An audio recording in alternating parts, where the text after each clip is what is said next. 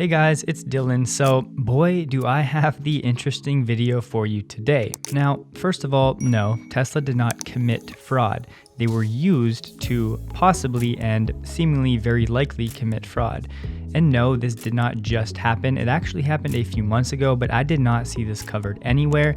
And it's very important to understand this story as this new technology development in the nickel processing supply chain that did just happen recently.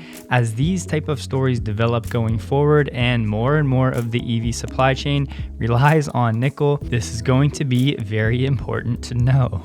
The journalism, the greed, the poor reporting, the FUD, it is so bad. Even sources that are generally trusted like Reuters, in this case, you'll see we all need to be very careful with every source, do our homework, myself included, but getting right into this. So, Giga Metals Turnagain Nickel Project tests show potential for carbon neutrality. Now, this did just happen. This is something that they have been testing for a few weeks. Basically, this project, which is up in Canada, has potential for significant mineral sequestration of CO2, which is absorbed by exposing tailings or other waste rock to the atmosphere. This exposure converts the host rock minerals to carbonate minerals, locking away the CO2 for geological time periods. Basically, the CO2 can be absorbed into the rock instead of being released into the atmosphere. Giga Metals president said, "We now have empirical data that supports our ambition to build the world's first true carbon neutral nickel mine, meaning a project that achieves carbon neutrality without purchasing carbon credits. This in and of itself is a great thing. New technology in the nickel supply chain is awesome for everybody." But this story is really something, just stick with me. As the only North American undeveloped nickel deposit of this scale, solely focused on the Class 1 and the battery chemical market, we think our emphasis on low carbon and other ESG principles will make us a desirable source of battery metals for EVs. So just recently, Giga Metals supposedly proving that they have carbon neutrality potential with their new nickel processing methods. Alright guys, so here's where it gets interesting. Remember this name, Pratima Desai, and this is a Reuters article. Tesla in talks to buy low carbon nickel from Canada. Who in particular?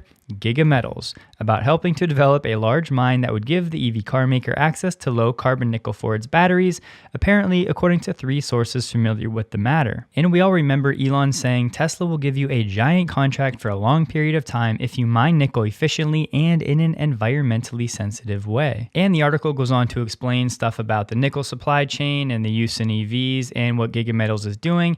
And you see right here, the company is working on a process that would allow the tailings or waste rock to absorb carbon dioxide in the atmosphere and turn it into cement type rock, which is the technology that as of now they are saying that they have. Okay, so after that announcement on September 11th, we have this. Giga Metals shares surge ahead of Tesla Battery Day. Giga Metals currently owns the Turnagain project in north central British Columbia, one of the largest undeveloped sulfide nickel deposits in the world. Here we go. When rumors of the Tesla talks first broke on September 11th, Giga Metals stock nearly tripled from 58 to $1.65 Canadian in one day, with over 9.1 million shares exchanged during the session. That momentum carried over to the following week as it hit a 52-week high of 244 before investors began selling off the stock on September 15th. Okay, so the stock goes up on an announcement with a Tesla partnership. No big deal. Well, not so fast. Here we have an article by Chris Perry, Reuters journalist Pratima Desai, who wrote that initial article about Tesla and Giga Metals.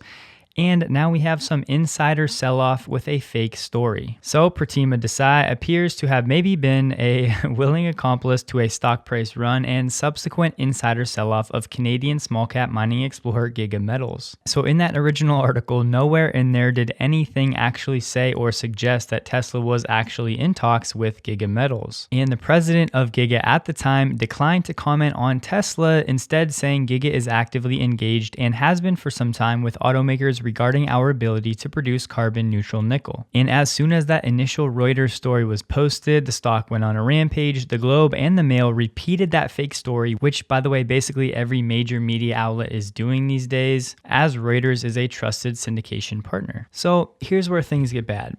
A month earlier, company director of Giga Metals, Anthony Molesky, executed 1.5 million stock options at 8 cents per each for 120 grand, despite the stock having been illiquid for over a year. And 1 week later, Giga's long dormant stock suddenly took off from 30 cents to near 75 cents in one day. Molesky's timing was impeccable, as Desai's story was posted on September 11th, and it took the Giga market cap from 38 million to over 150 million.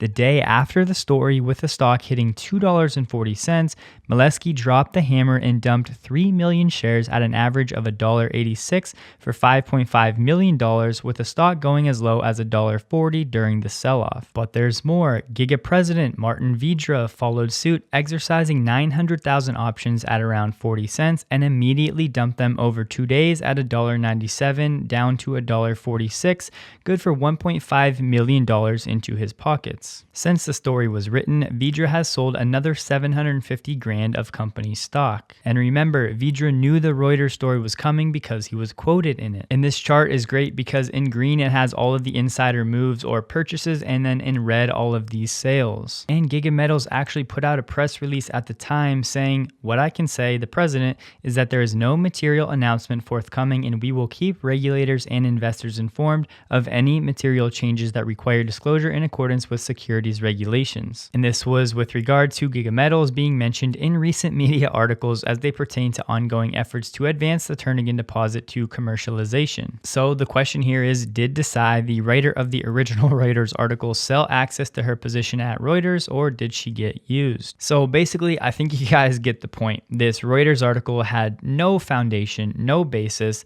The stock price shoots up. A couple weeks before, all of the top people at Giga Metals are buying options, and then the stock price runs up and they all decide to sell. If this isn't manipulation and insider trading and reckless use of journalism, perhaps taking bribes, who knows? That is all speculation, but something fishy definitely took place here. And like I said, this matters because going forward, if Giga Metals does indeed have this new technology and they're based in Canada and Tesla desperately needs nickel, would Tesla do business with this company? I don't know. What do you guys think? I would love to hear your opinion on this. But like I said, they have one of the biggest deposits in North America. And if Tesla would have the ability to work with them and put all of this in the rearview mirror, that would be a great thing for Tesla. But I don't know. I'm just really interested to see how this all plays out, and I would love to hear what you guys think about it. And a few quick things to close for today. Volkswagen is now apparently getting actively involved in the raw materials business.